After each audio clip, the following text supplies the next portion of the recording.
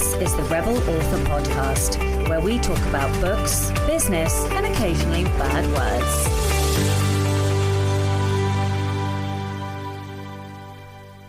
Hello, Rebels, and welcome to episode 268 of the Rebel Author Podcast. Today, I'm talking to David Viergutz, and we are talking all about branding, horror, scare mail, and what writing really means, and whether the book should come first or not. On Jason Pinter's episode, Matt says, Octodong, 10 to Willie, I will never think of Cthulhu and his followers the same way again. That made me chuckle. So in personal news and updates then, it is Wednesday the 6th of November and I am off to the Kindle Storyteller Award ceremony this evening, and then on Saturday I am off to Las Vegas to the New Author Nation conference, and I will be there until Thursday.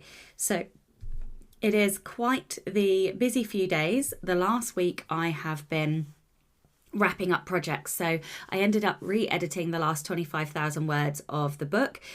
So that was hard because I don't really enjoy rereading. But not only did I do that, I then went and reread the last book over the weekend as well. So I reread the whole thing over the weekend, and by the end it was getting pretty torturous. It's difficult because I only ever really feel anything about the story when I draft it. So then that's why I think I struggle when I edit, because I already know what's going to happen, so I don't feel any of those feelings anymore.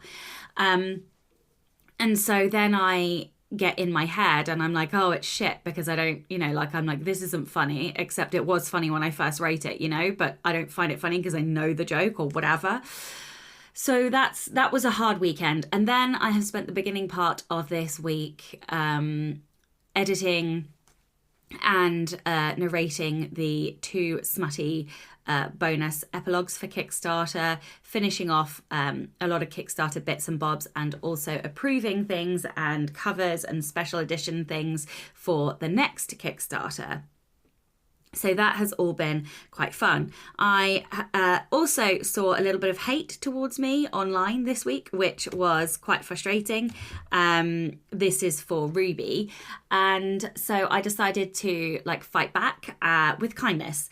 And so what I am going to do is, if you know of any sapphic authors, newer sapphic authors, who have either not reach their dream yet, or maybe they've only published one book, or maybe they've published a couple of books but they aren't quite reaching their audience, I would love to know who they are, because I would like to use my platform to help promote them rather than filling the world with hate, because there is enough of that. Thank you very much. So yes, if you do know of any, please do drop Petra a line with their names or a link. That'd be lovely, to hello@sashablack.co.uk. That's Sasha with a C, SACHA. Okay, what else? So for the rest of this week then, today is a bit of a life admin day, if I'm honest. I've got some paperwork and bits and bobs that needs doing, errands, boring life stuff, post office runs, stuff like that. And then the awards ceremony tonight, and then tomorrow I will be hoping to finish off annotating the annotated copies for the Kickstarter, and then Friday I hope to be doing a little bit of outlining. And then it's off to Vegas. And then when I come back, hopefully things will feel a bit more solid. I'll dive into outlining and whatnot. So I think that's probably it from me on my updates. Don't forget to pre-order your copy of House of Crimson Curses if you like very spicy sapphic vampires. Then that will be for you. The Rebel of the Week this week is Chris. Chris says, I am an indie published author living in New York City, but I was raised in Middle Tennessee just outside of Nashville, a very conservative place for a closeted gay boy who would later go on to write queer murder mysteries. So you can imagine my delight that my books are being sold in an indie bookshop in that area. I've gotten to know the bookshop owner, and let me tell you, she is a rebel of the highest order. Right now, in the United States, particularly in southern and midwestern states, there are county-wide and statewide book bans. This bookshop owner is currently fighting such a ban in her county, in which over 400 books will be pulled, from school library shelves, nearly all of them queer, which are labelled as pornography as conservatives. Trying not to get political or say anything, regardless if there's sexual content in them or not. And the others are featuring characters of colour. She started a petition, got signatures, and is going to board meeting after board meeting to protest and fight this book ban. Because of her outspokenness, she is now being accosted and harassed at her place of business. This is how bad things have become in the US. One woman came in and started cursing at her and her customers, to which she replied, "Get the fuck out of my shop. You are in my private business, and if you don't stop harassing my customers and leave, I will call the police. But not before I taser the shit out of you." What a fucking legend. Oh yes, she is armed with tasers and pepper spray. Needless to say, the woman left. The bookshop has become a safer space for queer teenagers to come out to her, to congregate, and she provides them reading materials that they can't get at school or at home. She has also started the Banned Book Brigade, where she orders the banned books and provides them to people for free. She's also set up a section of her website so others can help, either by donating banned books or donating funds. The name of her business, The Spine Bookshop. And I'd say she has a spine of steel. Fuck yeah, she does. That's incredible. Oh my God, what a fucking hero. I love her. I absolutely love that rebellion. If you would like to be a rebel of the story, please do send in your story. It can be any kind of rebellion, something big, something small, or something in between. You can email your rebel story to Becca over on rebelauthorpodcast@gmail.com. New patrons this week, but an enormous thank you to all of my existing patrons. If you would like to get early access to all of the episodes, as well as bonus content like the Slack community group and our Poison and Prose sessions, then you can from as little as $2 a month by visiting patreon.com/Sasha Black. That's enough from me this week. Let's get on with the episode. Hello and welcome to the Rebel Author Podcast. Today I'm joined by David Viergutz. David is a disabled army veteran, a law enforcement veteran, a husband, and a very proud father. He's also a storyteller, an author of thrillers and horror novels that will keep you on the edge of your seat. As a teenager, David would often be found dragging a backpack full of books to class, leaving his textbooks behind. He was always captivated by the worlds that authors like Nix, Tolkien, King, and Patterson created, and he dreamed of one day creating his own. David weaves tales of pulse-pounding realism and nightmare-inducing horror, where his years in uniform have given him an unparalleled understanding of the criminal mind. Hello and welcome. Hey, Satya. Thanks for bringing me on. No, thanks. So we obviously met in person in Vegas, but also have met digitally before, but the shoe was on the other foot. So it's quite nice to be interviewing you this time. Are you going to go to Author Nation or? I am, yeah. So I'll be there this year. I'll be actually speaking this year on the topic of fitness and authorship. So just kind of the intersection of the two. Hopefully people can hear from the horse itself, how you can kind of the benefits of fitness and bringing them, why you should pay attention to your fitness as an author and things that we can do very author specific to maintain our fitness level. So hopefully people can learn a little bit from my talk. Yeah, I might have to ask you a couple of questions about that. I've just returned to the gym. I might swing a question in about that. Sure. But first of all, before we dive into the topic, tell me a little bit about you. Tell me about your journey. A bio's great, but it doesn't really get to the kind of meat of who you are. How did you get to where you are today? Sure. Yeah. I mean, my story is very similar to a lot of authors. I wanted to write when I was very young, except for I stopped for a long time. For almost 20 years, I didn't write anything. I was focused on career and on building a life, and I wasn't really a creative. And I started to kind of fall in love with fitness when I got out of the service when I was hurt. And so I was building this fitness business, and I enjoyed business in general. So I knew I wanted to be in business. I was kind of doing it on the side. And then I got hit with an ad that was telling me hey, you could be a self-published author and write your own book. And I'm like, oh, I wanted to write a book 20 years ago. That seems interesting. And so it was of a prominent member in our community and his course. And I basically latched onto that. I wrote my first book in a month. And I was kind of learning how to be a writer, and I was learning how to read again and really just consuming everything. And I was like, this is so cool because number one, I can take it with me wherever I go. I'm not bound to a gym, and I can do this at any time, and I can build a little bit at a time. I can write a chapter here or write a couple pages there.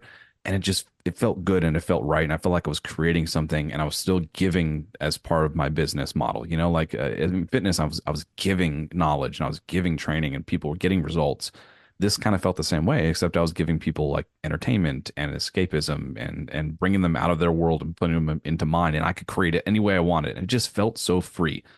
And so I started with one book, and I was like, I'm just going to write this one book for myself. And I was like, I wrote that one book, and I was like, well, now I got to sell this thing. I don't want to just keep this for myself. And so one became four in that first year, and then that became an initial six. And by this point, I was starting to write horror, and I started in dark fantasy, and then I moved into horror, and then I stuck to horror. I wrote some thrillers in between, but yeah, I mean, I've been writing horror for about 5 years now.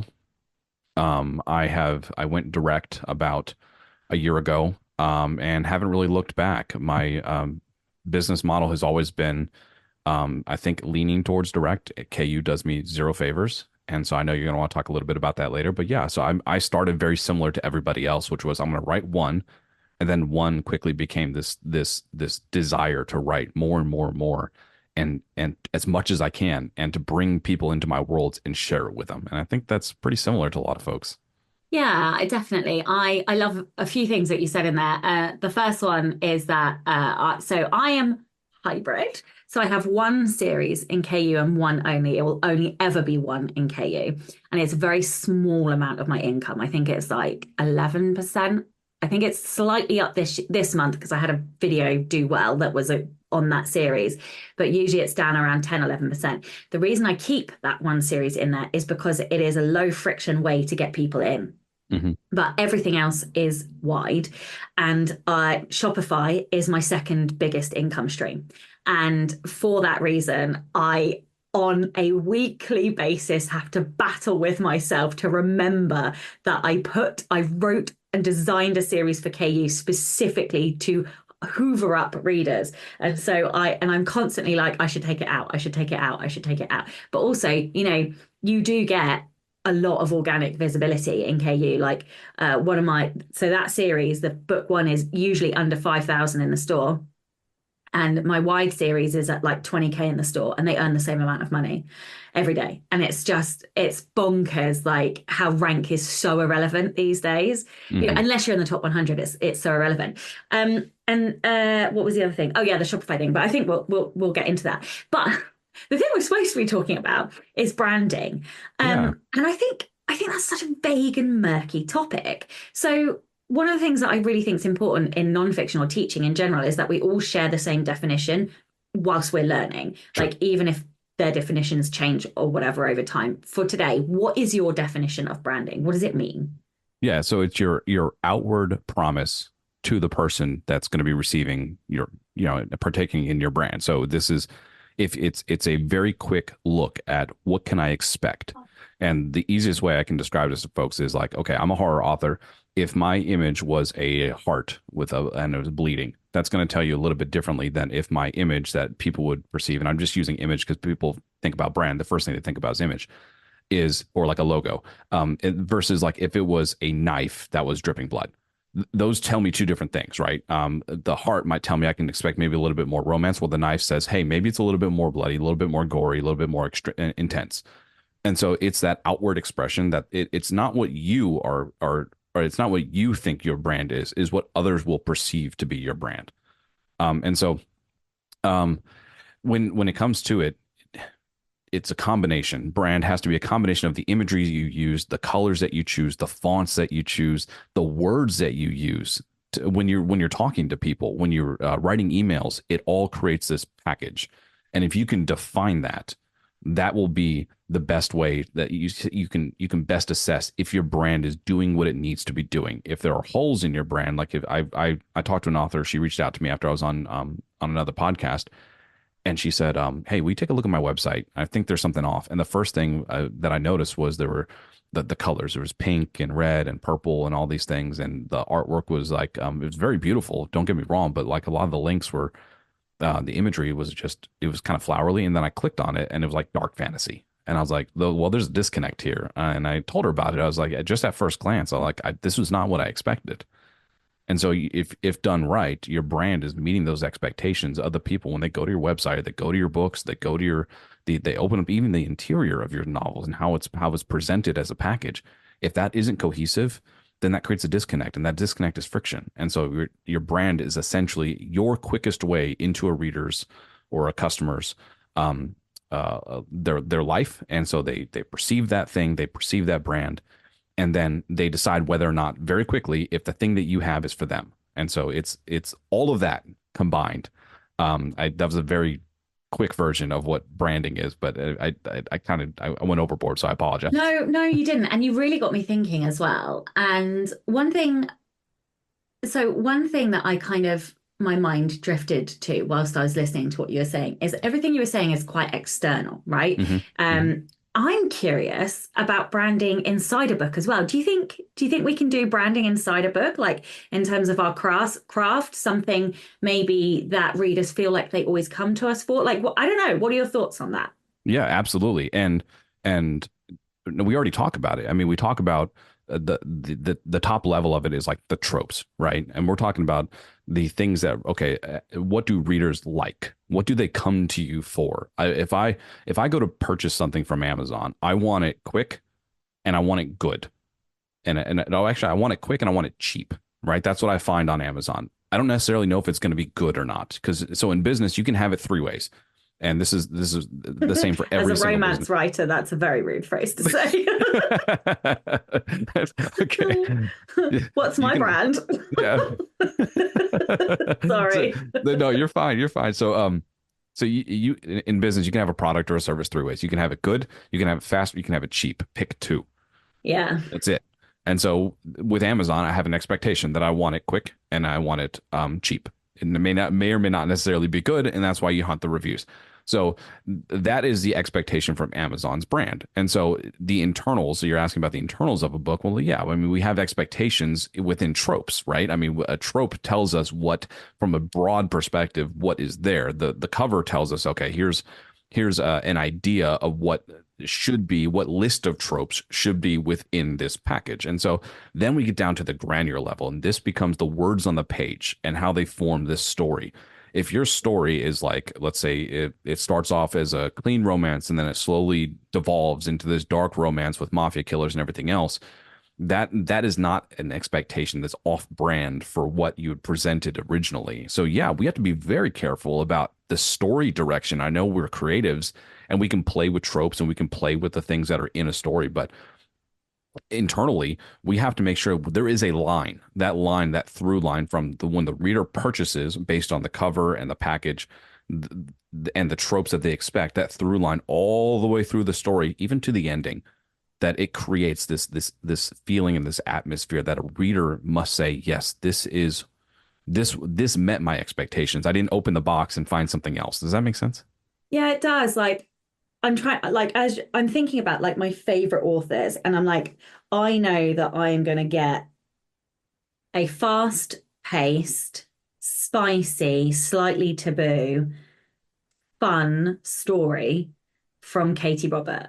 Like, I know every single time I go to one of her books, that's exactly what I'm going to get. And so, like, I don't know if those words really create a brand, like they're part of a brand, but it's like, I think as authors, we give vibes to, like, everything that you're saying, I'm saying incoherently, but do you know what I mean? It's like that emotional, in the emotional branding. I think that's what I'm trying to say, right? Like, especially for me as a romance author, you know, people come to me at the end of my books, like they need a cigarette because it's been a roller coaster ride and they're exhausted. Sure. But that is what they come to me for. They come for a really hot and spicy read that's fast paced. They absolutely cannot put it down. And they're wrecked by the end of it. But they know that. And I get told that on a daily basis. And I think everything that you're saying, like, you know, talking about going all the way down to the words on the page, I think it's so important that we do think about that and actually think about it before we start writing, because then we can seed it in rather than having to do it retrospectively. And go ahead. No. I was going to ask you another question. So. No, you're fine. So the other thing is too is that a brand, when it comes to, and we talk about personal brands, right? Personal brands, because we are these micro influencers essentially, and I should be able to look at you, and you should be able to tell me in a sentence or less, why should I buy a Sacha Black book versus anyone else? That's your personal brand, right? That is, you don't Yeah. have to answer that now, but that is the question that an author should ask of themselves. They can find a horror book about a Wendigo anywhere on the planet. They're Mm, all over the place. People have written plenty of them. Why should they choose mine? What is the expectation? yeah. Why should they choose mine above everybody else? Yeah. Because we look at it and we look at the Amazon charts and we're like, oh, um, there's this idea too that I think is completely wrong, and that's a reader is price shopping. There is a type of reader that only buys 99-cent books, sure, and there's a type of reader that only gets KU books because those are both conveniences. But no Hmm. reader's like, oh, there's a Wendigo book right here, and there's a Wendigo book right here. Let me pick the one that's 2.99 versus 3.99. They're not. There is something else there that they are making the purchase from, and I Yeah, think that's I think that model is dead now, you know, like I think Kickstarter has shown and Shopify have shown that readers are very, very willing to support authors in a new way.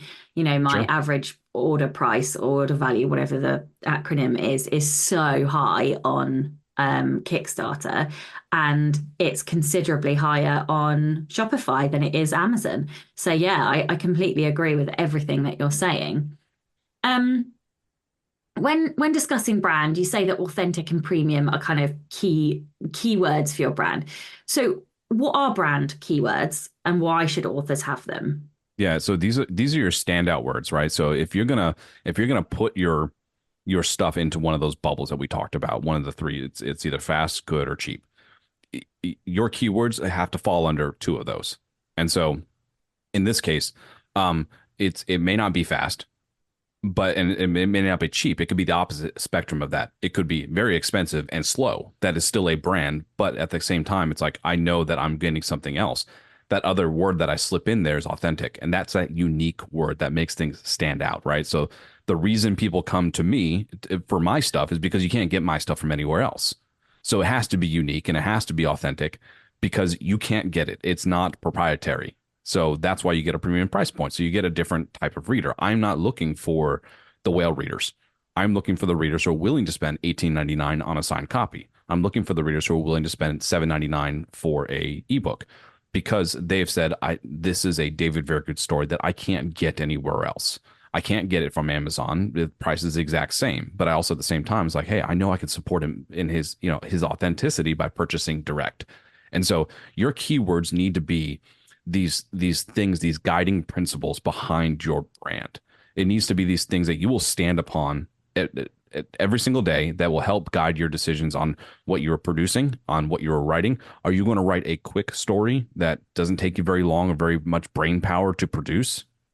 Okay, maybe you are. Maybe that's part of your brand. You write a lot of novellas. And so, like, if you write a lot of novellas, maybe you're like, hey, I can produce 2, 3 of these a month, and that's what the reader comes to expect. And if that's there should be a keyword associated with that specific process that you're finding your readers and you're saying, this is what I'm willing to give them. This is what I enjoy. So it's that intersection too of what you enjoy. I like premium products. I like things that feel good and substantial. I don't like the idea that you or me or anybody like us is willing to say, you know what, mine's only as good as the person next to me. But trad, they can charge $25 for a paperback. I saw it, $24.99 for paperbacks in Barnes and Noble. Why am I charging $13, $12.99 on Amazon and making pennies? I pay for the same editors. I pay for the same cover designers.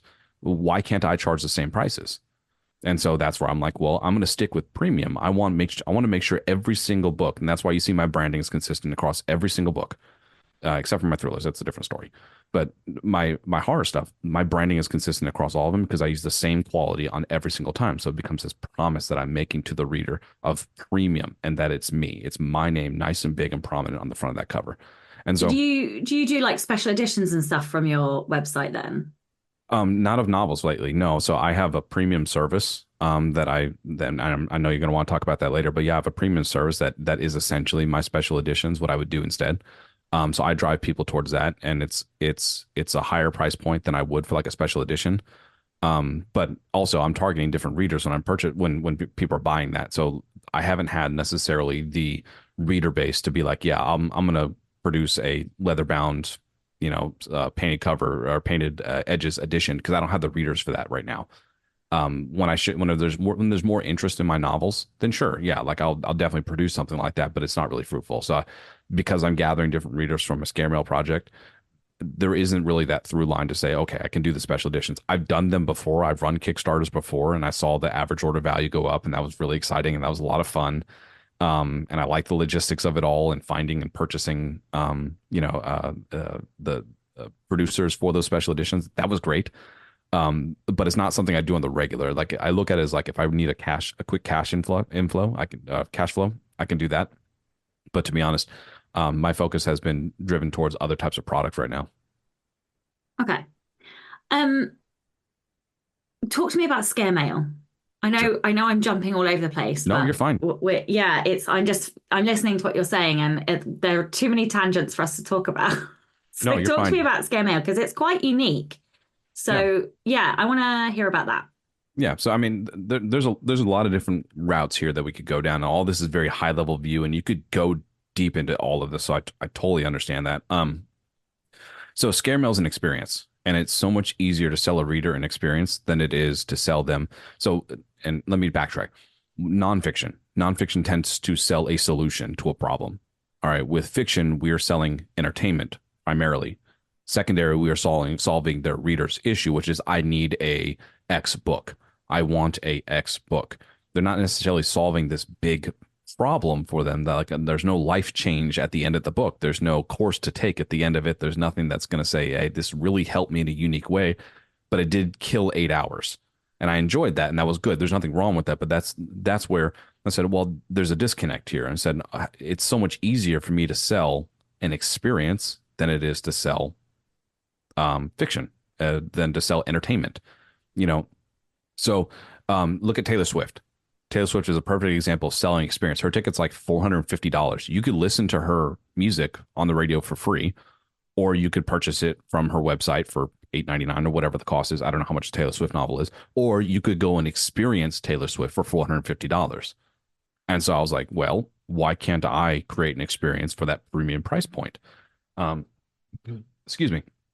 And then I like the idea too, of capturing a reader's attention for as long as possible and making it a very unique experience. And so with that, I just started devising this plan to sell an experience. I want to take one of my novels and I want to do something different with it. And it's not just a chopped up novel. So Scare Mail is a premium subscription service. It's prepaid. I don't do monthly payments. I want a reader that's willing to commit to the story. And they are sent a story written in letter format, between me and a character, and they get a third party view at it. And so the character's name is Michael Miller. He's a museum curator, and he stumbles upon a website called scare.me, where it's like an old 90s website where he just inputs his information in, and it's supposed to tell you what your greatest fears are, something like that. You know, like we used to do those in the 90s, where like we'll tell you what kind of animal you are based on what colors you like and stuff like stupid stuff like that. Well, he types his information in, and then he believes he's haunted because of it. And so now he starts to communicate via letters. And so, yeah, don't go to the scare.me website. I don't own that domain. I've been trying to buy it. So I can't find who owns it. But if you know, if you can find a way to reach out to who owns that domain, I'd love to buy it from them. It's like a shitty Netflix knockoff. But anyways, so yeah, so it's a premium 24 letter experience, with paper ephemera on beautiful paper and custom artwork, and it tells a complete story. There's artifacts within. It's interactive. If there's a link, I tell people to click the link, or go to the link and search it. If there is a phone number somewhere, call the number. If there is a postcard, send the postcard. It is an experience, but is just a horror novel that I took and I had to write it a different way. And that's always kind of been my experience with horror, is that I had to be willing to do things differently than everybody else, because KU has never been good for me. It's never given me any organic visibility. We've ran the test. I wrote a book with another author who's a six-figure horror author, and we co-wrote it together, and because my name was associated with it, it just tanked. Meanwhile, all of his books are still in the 5,000 rankings. So we wrote a book together and we experienced that live hand, that I was like, okay, so that was the test. It's something to do with my name and my account, and I'm okay with that. So I have questions about this. Sure. So are you posting these letters to them? Yes, they go in the mail. You physically 50, do the ad. Yes, I send 50,000 letters per month at this rate. 50,000 physical letters per month. Yes, I have a commercial printer in my living room right now. What you see behind me, that's my postage machine. It's an automatic postage machine. Jesus Christ. And so I'm taking it like, so the phone number, how did you set that up? Like, is it just like a voicemail or? Yeah. So you call the number. It's from a character in the book. You call the number and it goes to a voicemail that I had recorded. It's Oh, part of the story. amazing. Yeah. So And it's a true multimedia project. So yeah, there's videos involved. There's text involved. There's websites to search. It's not so much, there is a mystery element to it. There is somewhat of a mystery, but it's not like Hunt a Killer where you have to solve something. It's not like that, but there are elements of that in the story. how on earth do you keep track of who should have what letter next? I have a very, very well put together spreadsheet. You know, um, I can't imagine the administration that must be involved in that. Yeah, it's pretty intense. But I've been building this for several months, just kind of putting it together, get my margins as low as possible. And then the real test was launching the ads, and we scaled up from there. And so yeah, we ship all over the world now. We just expanded to European countries. I've got a couple of employees, but it's just me essentially. With so there's 24 letters. What are Mhm. they getting? Like one a week, one, two a week? How does it? So it's twice a month, for a year. So it's a year-long subscription. Um, am I allowed to ask what it costs the reader, Sure. or yeah, Yeah. what? So in the US, it costs 107 for the entire year. That includes everything in there. There's a lot of stuff in there besides just a plain piece of paper. That's not what it is. It's more than that. Mhm. And so in other countries, it costs a little bit more because international postage is more expensive than it is for US postage. And so that added cost is there. Other than that, it is not, there's no upcharge for other countries. And they can still Um, phone the number. yes, everything on there is So accessible to cool. everybody. Yeah. So I just took a story and I wrote it differently. That's all. It is a typical novel of mine, just written in a different way. I take it you're going to do it again. Absolutely. We're on, yeah. I mean, at this scale, like I just spent $30,000 on a printer. Just to save myself 15 cents on envelopes so I could print them from home. So like we we're at the point that we're at warehousing and stuff like that, but it's so much fun. Like it's so much fun. Like for authors who don't want to touch books, who won't even send books to their readers when they ask for signed copies, who want to drop ship it and don't even want to touch it and just want to write, this is a nightmare for them. But if you're willing to go above and beyond, I was always told, and I was told by somebody in our community, that the only way to write horror is to write a different genre and write horror on the side. What do you think it is about your horror stories in particular? Like, because it's funny, who was I talking to? Was I interviewing somebody today about horror? Was the other day? What is it that makes a good horror, in your opinion? Yeah, so the reader's got to connect with the character. If it's so horrific that it's unrealistic, there's this level of realism that I think that readers want. I love talking about Cujo, the book Cujo, because it is just a woman and her kid in a hot car and a rabid dog in the outside. That's it. That's the horror. In Gerald's game, it's a lady is handcuffed to the bed and she's left there, and her husband, spoilers, has a heart attack and he's dead on the floor. So like when it's that kind of horror, it's so much easier to relate to the characters. And so when you have somebody like in Scare Mail, the character's name is Michael Miller. He's a museum curator and he's not really technologically savvy. He's kind of an old soul and he doesn't really care for technology. And a lot of people are like that too. And a lot of people wish for the way things used to be. And they remember like, hey, it used to be fun. Like Amazon's great, but they're solving a problem for me. They'll send a package to my door, but there's my mailbox 50 feet away and I haven't touched that thing. And all that comes from that is bad news.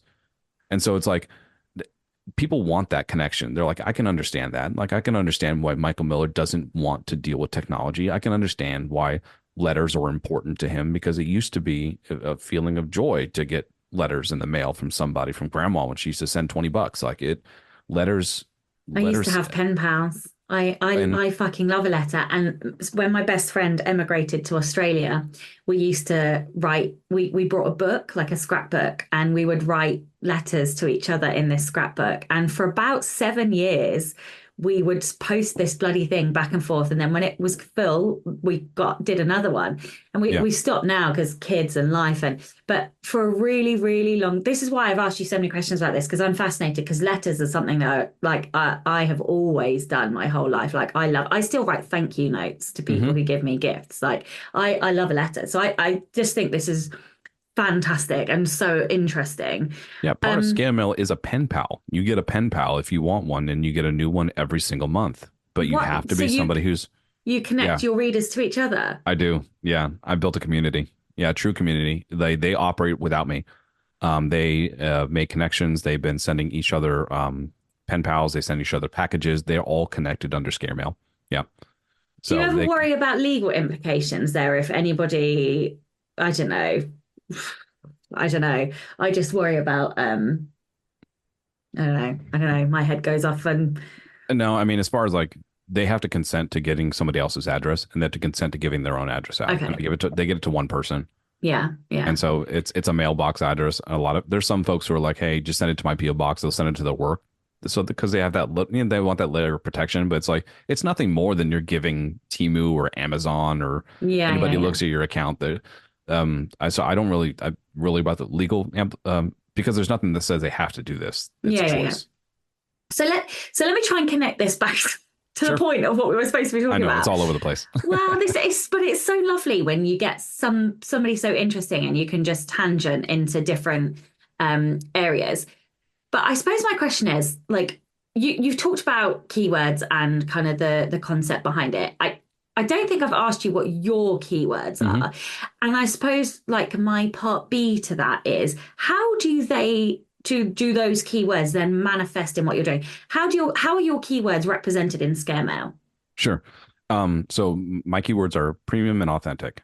And I may have mentioned it earlier, but I'll talk about it again because You only have premium, two. I only have two, premium and authentic. Number one, the stuff I write has to come from the heart. It can't be just, it just can't be words on a page because I need to get another book out. I'll forgo a book hitting a deadline or a story hitting a deadline or a product hitting a deadline if it means that my authenticity is going to go away. Can you Um, have more than two? How many can we have? what keywords? Mm, As many as it takes. mm. As many as it takes. If you've got five keywords and these are the pillars that you stand on with your business, and these are what help guide you, this is a guide. That's all these keywords are. Do you have, because I feel like premium and authentic are business words and they They are. represent your business, but I don't necessarily feel like they represent like the craft or like the vibes or the emotion or the yeah, I don't know. Like I don't what do you have words associated to like the story Sure. that you are telling? Yeah. So I mean, since I dwell in horror, the big thing for me is atmosphere. I like real Okay. tense atmospheres. So when you're talking about, so let's talk about craft. We'll talk a little bit about craft and the keywords associated there. Atmosphere is a big one, and immersion. So if it feels Ooh. like a world that I can be a part of, that's something I want. And then the atmosphere within that world, that those are the two that I'm like, okay, if it just feels very sub level, if I'm just like a passenger and I'm not sitting on the subway next to my main character while he's going through life, and I'm not a part of that world, it doesn't feel very immersive. It needs to feel immersive. Okay, and so I can immediately see how that's represented in ScareMail because it's a multimedia project and it's interactive and they are having an experience with it. So I can completely see how what's really interesting to me. I had no idea that you were doing this, and I have just brought on like I suppose, for want of a better word, like an operations manager, Hmm. because I'm no longer capable of doing everything by myself. And the Sure. one thing I keep saying is I want to deliver an experience to readers. And that's one of the reasons that I really like Kickstarter. So I write extremely spicy books, but Hmm. I'm like, I want to create something where they get gifted the things that are the toys that are inside Sure. the stories, right? Like because then Sure. it's more interactive. It's more of a an experience that is more immersive. Like I don't know whether or not It's I would have literally used interactive. literally interactive. But yeah, I mean, and I'm still trying to figure out what that looks like because I don't just want to do another book box, right? Right. There's book boxes everywhere. Granted, that aren't really for queer people. Mostly it's like straight romance, dark romance, contemporary romance book boxes or whatever, or fantasy romance, big one. But I am looking for that thing that I can do to make readers never want to leave my world. Hmm. And so this is why I'm finding this so interesting. So yeah, immersion I can see like with what you're doing and how you've kind of structured the scare mail and atmosphere. So how is that like? How does that manifest for you? Like, just are you talking about within the brand, within the story, or Yeah, like so obviously like yeah, how does that manifest for you in like how does that brand word manifest for you in what you're producing, what you're creating, what you're selling? oh, gotcha. Okay, so for example, like one of the first stories I ever wrote had links to a book funnel audio link where you could click the link, or in this case, type it in from a physical book, and it would take you to an audio recording from the book of So cool. a cell phone. Who says that I can't include that? There's a book called House of Leaves that it's like puzzles and Yes. it's all over the place. It gives you a headache looking at it. Like, don't do it Yeah. high or drunk. Like, it's going to make you sick. Yeah. But I have that it's book.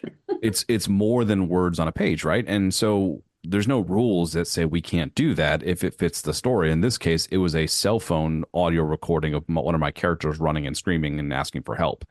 And so it created more of that atmosphere within the story. It's just all it is a 30-second clip. We're so used to thinking very subsurface, and I think that that's where authors now, especially as the market grows and as readers are more inclined to pay more money to authors that they really enjoy, you have to be willing to go a step beyond that makes things very unique. And so it's like, for me, if it's not building atmosphere, if it's not building out this thing to be ultra premium, if it's just a book, it can never be just a book. The book is the simplest form for me now at this point. And I guess to answer your question, to build it out, it needs to be more than what you could find on Amazon. It needs to be more than what you could find from the person next to me. And so to manifest these things, I'm always thinking of the next level.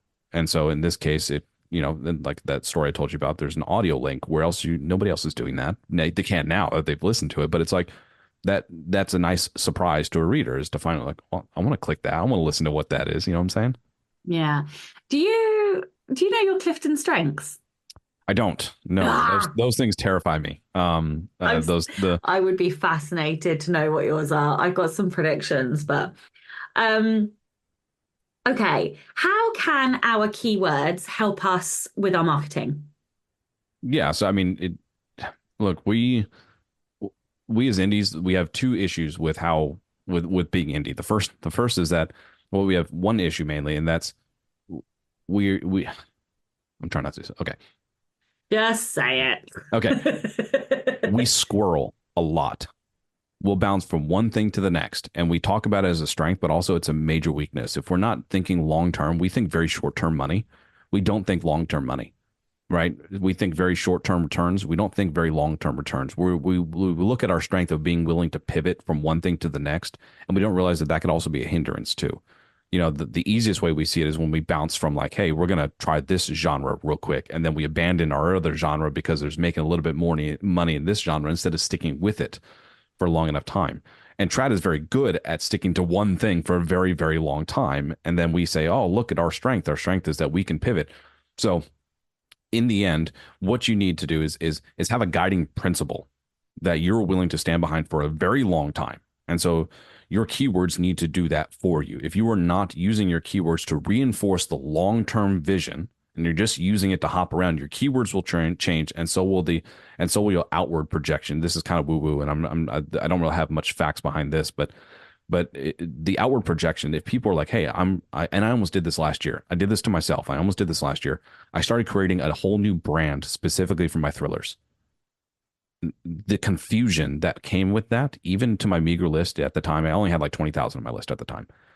Even to that list, that would have been so much confusion that was unnecessary when I could have just branded under where I was at currently.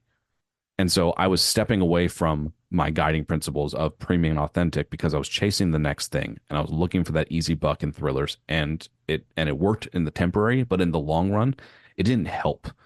It worked in the temporary, but it didn't help me long term. And so if you are not using keywords to guide yourself forward for the long term, it's very easy to just say, well, I'll just change my keywords. I'll just change the things that matter. Yeah, I suppose the more I hear you talk, the more like a synonym you could use for it is like brand values or, like author values or, Yeah.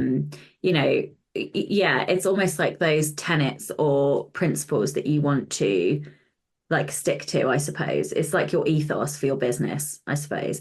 Because, I do think that like a lot of us do pivot early on. I think some of that is about finding where we fit as well. Hmm.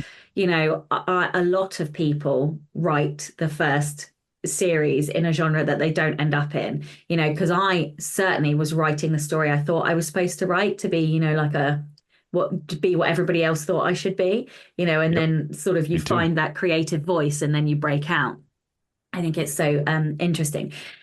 What do you, for those people who are newer writers, or maybe not newer writers, but who haven't quite found their stride yet, what mistakes would you tell them to avoid? Or like, what would your top three top tips or something, be to them to, to help them with their brand, with their keywords, values, whatever you want to call it. Yeah.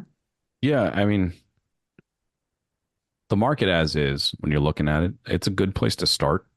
It's a good place to say, okay, yeah, I want my books to be very similar to what's there already, but allowing that to be a hindrance, allowing that to be like, no, I must have my books be the exact same. That's great for Amazon, but it's not great for the long term because it doesn't help you stand out amongst it, right? There are so many authors out there and there are more coming every single day. And I know we talk about the market not being saturated, readers can't have enough. That's fine. That's fine. We're not competing with each other, but we are competing for attention, right? And so when everybody, that's what you're paying for with ads. You're paying for attention. You're not paying for anything else. And so when everybody else is vying for that same attention and your stuff stands out as nothing compared to everybody else, it's the exact same. What unique thing do you have to offer to that reader from face value? I mean, sure, once you get them on your newsletter and that sort of thing, that's a different story. But they're on hundreds of other newsletters. I talked to one of my readers. She sent me a picture. I said, "Hey, can you send me a picture of your Kindle? I know you read a lot." She sent me a picture. She had 7,000 books on it. Where the hell are mine on there? And why should she buy the next one 7,000. from me? I would die. I think I got to nearly 1,000 and then I just deleted like half of them off my Kindle account because I Yeah, was like, I'm not going to read this. No, no, no. yeah, Like, and also I couldn't cope. yeah. So she's got that many books on there. And so I think the one of the biggest mistakes we can say is like I'm going to do what everybody else is doing. That's the big one. And not dealing with and we say this and another one is it's kind of a platitude at this point, but it's like stop treating yourself as a commodity. Stop treating yourself as like I'm an author and this is not a business. This is 100% a business and your customers have needs and wants and desires and it's up to you to fulfill those things. And if you can't find a way to do it in a unique and authentic way, then you just stand with the crowd and you're just part of the same noise that everybody else is making. And the ad costs are going up. And the only people that are making money are AMS web services and Facebook. The only people like I appreciate anybody who's on KU. I get it. I absolutely understand it. It's easier than being direct. I will say that. But at the same time, it's like you are the customer for Amazon. You're not a partner with Amazon. You're not a partner with Barnes and Noble, with Kobo. You are the customer because they want you to spend money on their ads. They want you to send more customers and more traffic. You just happen to get a benefit along the way. And so I think a lot of authors they they they think that there is only one way instead of willing to explore something different. And I think that's where authors get caught up is like, look, the book for me is always secondary now. I'll write scare mail before I write a book. It'll get turned into a book at a later date. It'll get turned into a novel at a later date. The book isn't first. I'm a writer first. And a writer writes. They don't write books. They write. And whatever form that takes from there, use that skill to your advantage. And so we get caught up in the grind, I think, and we're so unwilling to try something different for fear of failure. But Yeah. Yeah. I love like the kind of growth mindset and viewing failure as feedback anyway. So I mean Stephen Bartlett talks about that. I think he actually quoted somebody else, so I don't know who originally said it, but so you talk a lot about physical mail mhm, marketing, but what about email marketing? Do you sure. still have a mailing list? Like how does your brand kind of feed into that? Yeah. Yeah, so my email list is still my bread and butter. Um, I have a list now, I think 10,000 customers who average order value is over 100. That is that is literal gold. It tells me everything I need to know about my customers. And you can kind of see that my wording has changed a little bit from readers to customers, and I've kind of trying to shift away from just looking at them as readers and looking at them as customers. Um, but yeah, so I use Klaviyo for my main list. My Mail to Light list right now, I on occasion will tell them, hey, if you buy my books from Amazon, here's a link. And as soon as they click that link, they get unsubscribed. Because I don't want them. I don't want readers are going to go to Amazon to buy my books. I ask them to go to my website and I say, hey, look, this is the last month that my Mail to Light list is around. And if you want to stay on my regular list to hear from me, you have to purchase a book. And the way to get on that list is through my website. And so, yeah, so email marketing, I still reach out to my readers. I still communicate them, but it's more wholesome now. I found that as I bring more customers into my ecosystem, as they're coming aboard Scare Mail or as they're purchasing my books, I still have a lot of book sales now. My book sales are probably about 20% of my income now, just from how much Facebook ad traffic I'm driving. 80% is Scare Mail, and well, I'd say probably 75% is Scare Mail, 5% is everything else. Audio, Amazon. I don't even know how much I made on Amazon last month. I didn't check. But now that now that I have that constant stream, I'm not relying them so much to sell from my mailing list. Instead, I'm just communicating back outward towards them. And that's a lot of fun because now I can just talk to them about the stuff that's going on and I'm having a good time and it's authentic. And in fact, I sent my assistant out to send 200 emails for the first version of the Pen Pals. And it was a copy and paste email that she sent to over 200 people. And I had a reader come back and say, man, that was the first time I ever felt something corporate from you. And I hated it. And I'm like, I'm sorry. We had 200 emails to send. Like I couldn't write a personal, here's your pen pal email to 200 people. She understood, but at the same time, it just made me realize like how much we just like used our email list just to sell back to the people who were there. Hey, here's the new release. Instead of just talking to them like humans, talking to them as people, people come to me now because they just want to talk to me as a person. And that's what my Mail to Light list was probably at this point is just 6,000 people who want to hear from me, don't necessarily want to buy something from me, but that's okay. So now when I'm reaching back out to people with my mailing list as it is, I can just reach out with authenticity, just reach out to talk to them, just reach out to tell them about things and about how my life is going and how Scare Mail is going and how my books are going. And they don't feel like they're being sold to, but they'll still scroll down to the bottom where they know they can purchase things. So it's shifted a little bit. The purchase links are at the bottom versus at the top. So yeah, I still use email marketing. It's only about 10% of my income base.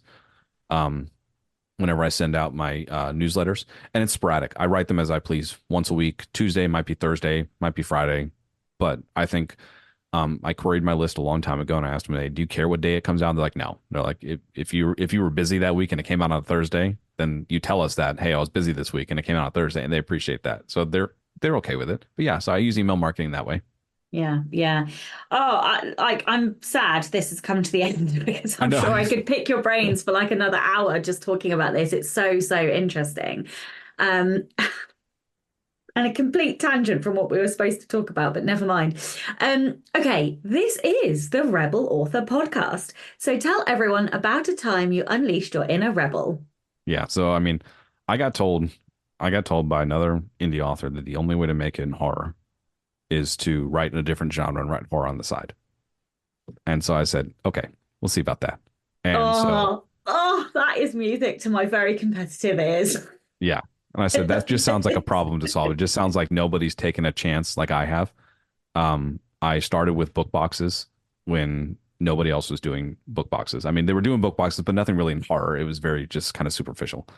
But my book boxes also included like free ebooks. Just depends. And there's a card. In order to get that card, you have to give it to somebody else and they have to sign up and they have to give me their email address in order to get that free book. So they couldn't get it in the box, but it was a gift to give to somebody else. So that helped grow my email list. Um, but yeah, doing something different. Giving up creative control was another something that I did too. My Nightmare Writers, it's my other subscription service. This is a less premium but monthly subscription service where readers can participate in the story. They get to vote on aspects of the story, like the character names, the locations, the monsters, the haunts, the themes, the background, how characters die. They get to vote on all of that. And then once a month, I write a short story. Mm. I gave up all that creative control in order to command a premium price point. And so readers pay anywhere between $5 and $25 and $45 a month to be on that service. But yeah, so I mean, I've always been told that we're indies, and so therefore we charge indie prices. And I can't make a living off of indie prices. I can't make a living off of $2.99 books. Not when I'm spending $6 or $7 to acquire a customer. So in the end, I said, well, my prices need to be higher. And in order to command a higher price point, I need to sell things that could offer a higher price point. And so I've always looked at anything but a book, because a book does not command a very high price point. Even at $7.99, the returns on that are not very good. Even on $18.99 for a signed copy, I'm still paying $5 plus there's shipping fees involved and taxes and everything else. And so I said, okay, I've got to do something more. And so I think that answers your question. Yeah, it does. Amazing. You have been absolutely fascinating to talk to. So thank you so much for your time today. No, thanks, Satya. We're all over the place. I'm so sorry. No, I think people are going to love this episode. And of course, a giant thank you to all of the show's listeners and all of the show's patrons. If you would like to get early access to all of the episodes, you can do so by visiting patreon.com/Sasha Black. I'm Sasha Black. You were listening to David Viergutz, and this was the Rebel Author Podcast. Next week, I'm joined by not one, but two guests, Cara Clare and Adam Beswick. And we are going to be talking about, we are going to be talking about TikTok, but in a little bit of a different way, because these were the guys who I did a challenge with, the challenge that basically changed my life. So we are talking about that challenge, what we did, how we use TikTok, and what has happened in the year that we have been TikToking, and what we are going to do in order to stay sustainable for the next year. So join me next week for that. Don't forget to tune in and subscribe on your podcatcher. And when you have a moment, please leave a review.